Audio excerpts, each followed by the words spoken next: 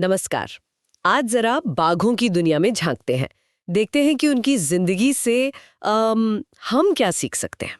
हाँ बिल्कुल, हमारे पास ये बाघ से सीखे जीवन के सबक वाला लेख है, तो सोचा इसी पर थोड़ी बात की जाए। सही। खासकर आज की जो ये भागदौड़ वाली दुनिया है ना, शोर शराबा, शायद बाघ के कुछ गुण हमारे काम आ जाए।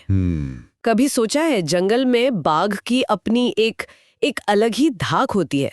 वो न झुंड में चलता है, न शेर की तरह दहाड़ता फिरता है। सही कहा, उसकी खामोशी, उसकी चाल, उसका अंदाज, उसमें कुछ खास है। हाँ, चलो इसी को थोड़ा खोलते हैं आज। बिल्कुल।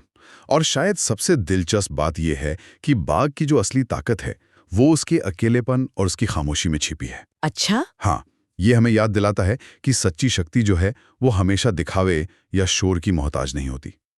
कभी कभी मौन ज्यादा शक्तिशाली होता है। हाँ, ये बात तो है। और इसी से शायद वो पहला सबक जुड़ता है, अकेले चलने का हुनर। एग्जैक्टली। लेख में लिखा है कि बाघ अकेला शिकार करता है, अपनी राह अकेला चलता है और कामयाब होता है। ये थोड़ा अजीब नहीं लगता? हमें तो हमेशा टीम वर्क सिखाया जाता है। ये अच्छा पॉइंट है। लेकिन जरा सोचिए, अकेले होने का मतलब है कम भटकाव, है ना, ज्यादा फोकस। ओके। बाघ को किसी और के साथ क्या कहते हैं तालमेल बिठाने की चिंता नहीं करनी पड़ती शिकार के वक्त। सही। शायद इंसानी दुनिया में भी जब कोई मुश्किल फैसला लेना हो या किसी प्रोजेक्ट पे गहराई से काम करना हो तो अकेले सोचना ज्यादा असरदार हो सकता है। जैसा लेख में भी है कि अकेले चलने वालों के लिए भीड़ नहीं, मंजिल बोलती है। मंजिल बोलती है, वाह। लेकिन आजकल की दुनिया में क्या अकेलेपन को लोग कमजोरी नहीं समझ लेते? मतलब जो शांत रहता है उसे अक्सर लोग अनदेखा कर देते हैं। ये एक बहुत वैलिड सवाल है। और यहीं पर दूसरा सबक आता है, शांति में ताकत। शांति में ताकत कैसे? देखिए, बाघ बेवजह नहीं दहाड़ता।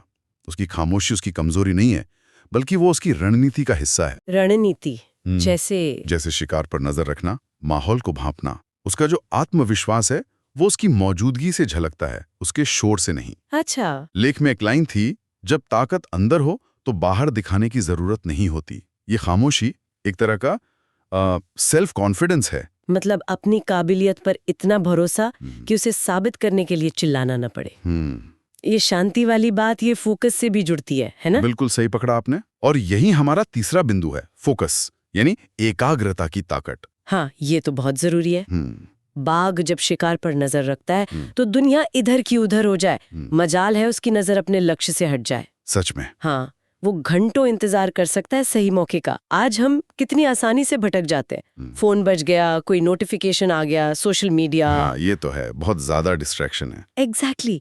तो बाघ हमें सिखाता है कि धैर्य और एकाग्रता के बिना बड़ा लक्ष्य हासिल करना मुश्किल है। ये धैर्य रखना, ये शायद सबसे मुश्किल काम है आज के टाइम में। हम सबको सब कुछ तुरंत चाहिए। हाँ बिल्कुल।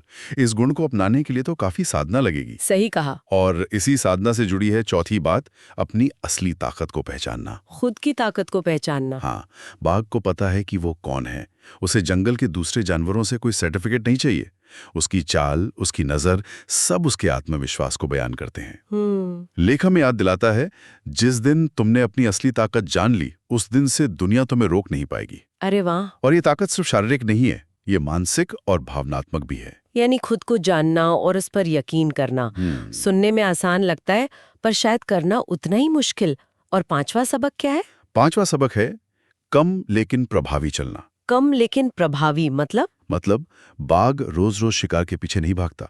वो अपनी ऊर्जा बचाता है, सही मौके का इंतजार करता है। अच्छा। और जब हमला करता है तो पूरी तैयारी और ताकत से। ये हमें सिखाता है कि जिंदगी में हर छोटी बड़ी लड़ाई लड़ना जरूरी नहीं है। अपने कदम सोच समझकर उठाओ, अपनी ऊर्जा सही जगह लगाओ। क्वालिटी ज्यादा मायने रखती है, क्वांटिटी नहीं। हर कदम वजनदार हो। वाह। तो ये 5 सबक, अकेले चलने का हुनर, शांति में ताकत, फोकस, अपनी ताकत पहचानना और प्रभावी कदम उठाना, ये सब बाघ से सीखने लायक बातें हैं। अगर इन सबको जोड़कर देखें तो इसका सार क्या निकलता है? मतलब क्या करें हम? सार यही है कि अगर हम चाहते हैं कि दुनिया हमें गंभीरता से ले, हमारी बात का वजन हो, तो हमें अपने अंदर के बाघ को जगाना होगा। अंदर के बाघ को जगाना होगा। हाँ, शांत रहें, केंद्रित रहें, अपने लक्ष्य पर नजर रखें और जब जरूरत हो तो अपनी पूरी क्षमता दिखाएं। बेवजह शोर मचाने की जरूरत नहीं है। और जैसे बाघ तभी दहाड़ता है जब वाकई जरूरत हो, और उसकी एक दहाड़ ही जंगल में सन्नाटा ला देती है। शायद हमें भी अपनी आवाज का इस्तेमाल ऐसे ही सोच समझकर करना चाहिए। बिल्कुल, बिल्कुल। और यहाँ एक सवाल सोचने लायक है। क्या हम अपने अंदर छिपी इस ताकत को, इस खामोशी को, इस फोकस को पहचानते हैं? क्या हम उस बाघ को महसूस करते हैं जो हमारे भीतर है? याद रखिए, जैसा लेख में भी कहा गया है, अकेला होना कमजोरी नहीं है। एक अकेला बाघ हजारों जानवरों के लिए डर बन जाता है। ये डर उसकी ताकत का प्रतीक है। सही। तो अंत में यही विचार छोड़ जाते हैं सबके लिए। उस अंदरूनी बाघ को कैसे जगाएं? कैसे अपनी क्षमताओं को इस तरह सामने लाएं कि दुनिया देख सके कि आप कौन हैं और आपकी असली ताकत क्या है? इस पर जरूर सोचिएगा।